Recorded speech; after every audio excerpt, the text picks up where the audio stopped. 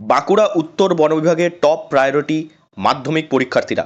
হাতির চ্যালেঞ্জ মোকাবিলায় যুদ্ধকালীন তৎপরতা বন বিভাগ এবং পুলিশের। শুরু হলো মাধ্যমিক পরীক্ষা 2024। পরীক্ষা শুরু হচ্ছে 9:45-এ। তখনও কাটেনি কুয়াশা।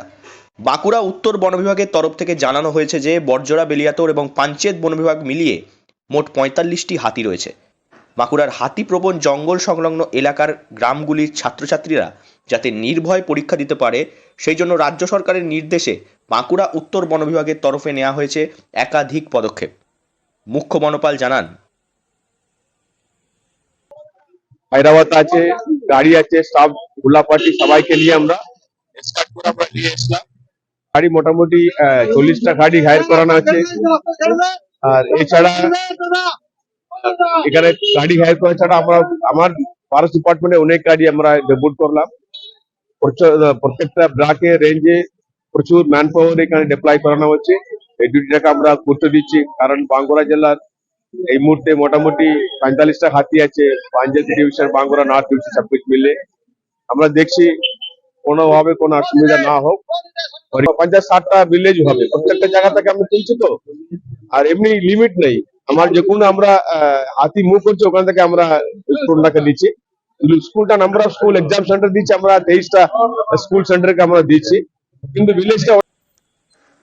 বাঁকুড়া উত্তর বন বিভাগের জেলা বন আধিকারিক উমর ইমাম জানিয়েছেন, 10টি দফতরের গাড়ি পেট্রোলিংয়ের জন্য ব্যবহার করা হচ্ছে। এছাড়াও ভোর 6টা থেকে চলছে হুলাপাটি নজরদারি।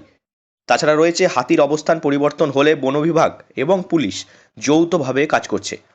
কোথায় কতগুলি হাতি রয়েছে তার জন্য বৃহস্পতিবার একটি ইন্টেন্স স্ক্যানিং করা হয়েছিল।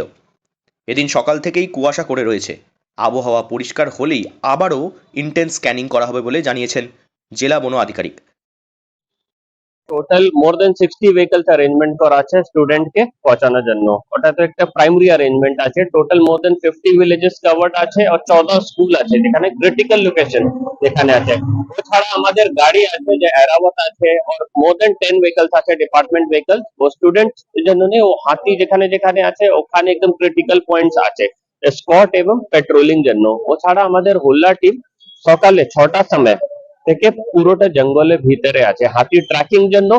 যদি হাতি লোকেশন চেঞ্জ হয় তো ডাইনামিক লোকেশন একটা আমি পাবো, আর ডিস্ট্রিক্ট অ্যাডমিনিস্ট্রেশন আর পুলিশ সঙ্গে আমি সঙ্গে সঙ্গে ওটাকে শেয়ার করে দেবো।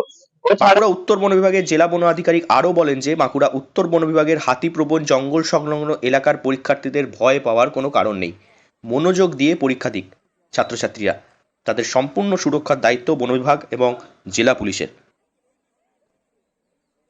বাঁকুড়া থেকে নীলাঞ্জন ব্যানার্জির রিপোর্ট, লোকাল 18 বাংলা।